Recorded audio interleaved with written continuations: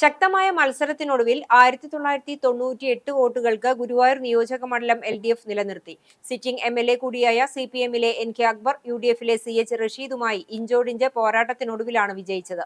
വോട്ടെണ്ണൽ തുടങ്ങി പല ഘട്ടങ്ങളിലും ലീഡ് നിലമാറി മറഞ്ഞുവന്നു. അവസാന റൗണ്ടിലാണ് LDF വിജയിച്ചത്.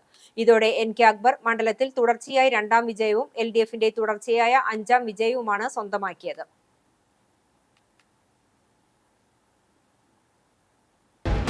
ഈ വിജയം അഭിമാനകരമായ വിജയമാണ്.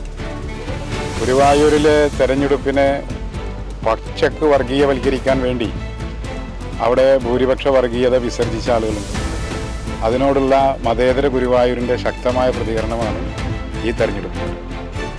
മറ്റു പല സ്ഥലങ്ങളിലും മുസ്ലിം ധ്രുവീകരണവും വർഗീയതയും ഒക്കെ കാണാൻ വേണ്ടി കഴിയും. പക്ഷേ അത് ഗുരുവായൂരിൽ വിജയിച്ചില്ല. അത് മതേതര ഗുരുവായൂരിൻ്റെ വിജയമായിട്ട് കാണുകയാണ്.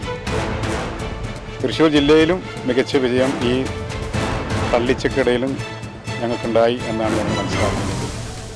കേരളത്തിൽ ഇത്രയും നല്ല രീതിയിലുള്ള വികസന പ്രവർത്തനങ്ങൾ നടത്തിയിട്ടും എന്തുകൊണ്ടാണ് ഇങ്ങനൊരു തിരിച്ചടി ഉണ്ടായത് എന്നുള്ള കാര്യം മുന്നണിയും പാർട്ടിയും പരിശോധിക്കും. ഞങ്ങൾക്ക് വേണ്ടി പ്രവർത്തിച്ചവരുണ്ട്, ആത്മാർത്ഥമായി പ്രവർത്തിച്ച ആളുകളുണ്ട്, സഹായിച്ചവരുണ്ട്, സഹകരിച്ചവരുണ്ട്, പ്രബുദ്ധരായ വോട്ടർമാരുണ്ട്. അവരോടെല്ലാം ഉള്ള നന്ദി.